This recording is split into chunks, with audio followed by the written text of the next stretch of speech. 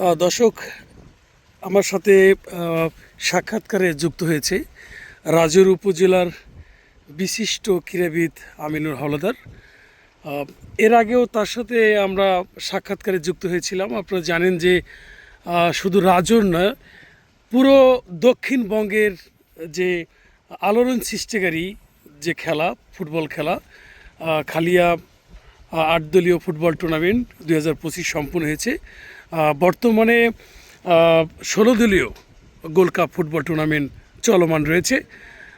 অনেকের প্রশ্ন, বিশিষ্ট ক্রীড়াবিদ আমিনুর হাওলাদার, আপনার কাছে আমার প্রশ্ন, শুধু এটা আমার প্রশ্ন নয়, এটা অনেকেই প্রশ্ন করেছে। আসলেও একটা খেলা পরিচালনা করা কিন্তু অনেকটা টাফ, এখানে অর্থের ব্যাপার রয়েছে। আমরা যেটি জানতে পেরেছি যে এই খেলাধুলার সম্পূর্ণ অর্থ আপনি ব্যয় করেন। আসলে এর আগেও একটা সাক্ষাৎকার আপনার যে আয়ের উৎস, গরুর যে খামার, সেটি আপনি দেখিয়েছিলেন। আজকে কিন্তু আপনার দ্বিতীয় প্রজেক্টে আসলাম। আসলে এই দ্বিতীয় প্রজেক্টে যে মাছের যে খামার, এই সম্পর্কে দর্শকদের একটু জানান। বিসমিল্লাহির রহমানির রহিম। মশিউর ভাই, আপনাকে ধন্যবাদ জানাই, B71-কে ধন্যবাদ জানাই।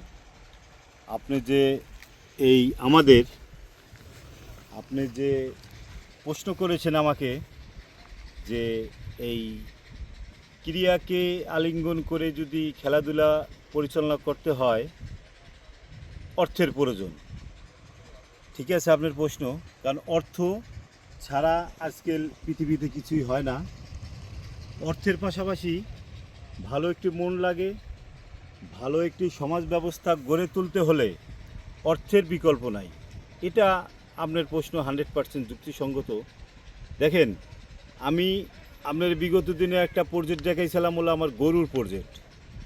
এখনে আপনাকে নিয়েছি আমার যে কদমবাড়ি যে মাছের প্রজেক্ট। এটা আমার নিজস্ব জমির উপরে, নিজস্ব ক্রয়কৃত জমি।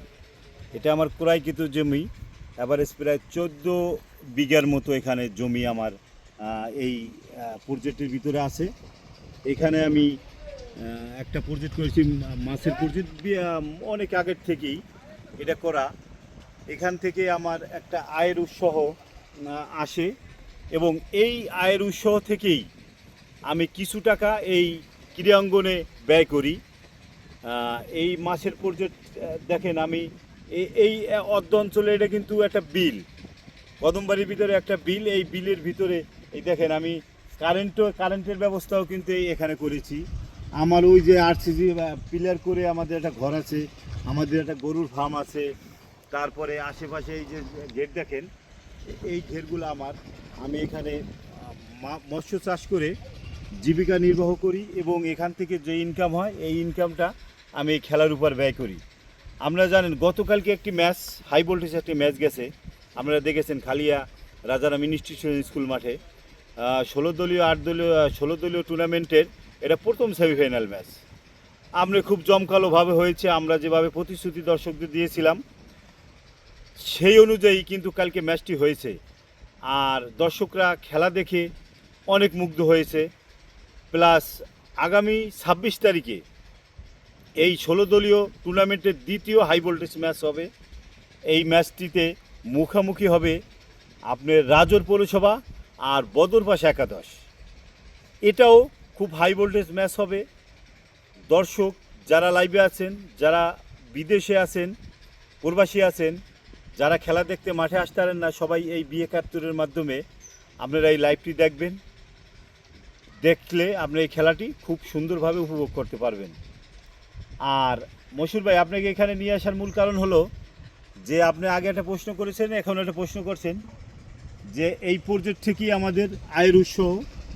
এই আয়ের উৎস থেকেই এখান থেকে কিছু একটা অংশ আমি এই খেলাধুলা ব্যয় করি। এর মাধ্যমে যে যুব সমাজকে, আমার যেটা প্রতিশ্রুতি ছিল যে মাদক সেবী যুব সমাজকে বেরিয়ে এনে ক্রিয়ামুখী করা, কারণ সেটা চলমান আছে। আর আপনারা জানেন, আর একটা উদ্যোগ, আমি বড় একটা উদ্যোগ নিয়েছিলাম, যে পশ্চিম সরমঙ্গল যে বড়কোলা যে মাঠ আছে, সেটা পরিত্যক্ত ছিল। সেই মাঠটি ভরাটের জন্য উদ্যোগ নিয়েছি আমরা। সেখানে অনেক প্রায় 400 ট্রাক বালি ভরাট করেছি। আরও প্রায় 600 থেকে 700 ট্রাক বালি আমরা আগামী মাসে শেষ দিকে যে ভরাট করব। আপনারা আমাদের পাশে থাকবেন, আমাদের জন্য দোয়া করবেন যেন এই ভালো কাজ আমরা করতে পারি। আর আমাদের সাথে যুক্ত থাকবেন এই কারণে, কারণ এই ভালো কাজে সবাই সহযোগিতা করবেন এবং ভালো কাজের সাথে সবাই এগিয়ে আসবেন। সবাইকে ধন্যবাদ। মশিউর ভাই আপনাকে ধন্যবাদ, B71কে ধন্যবাদ। আসসালামু আলাইকুম।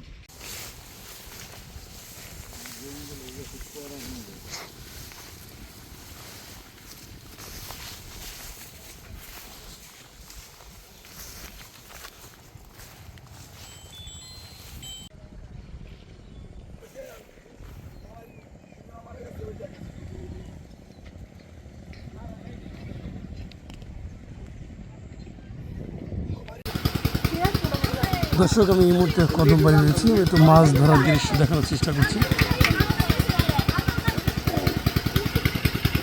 অনেক মাছ,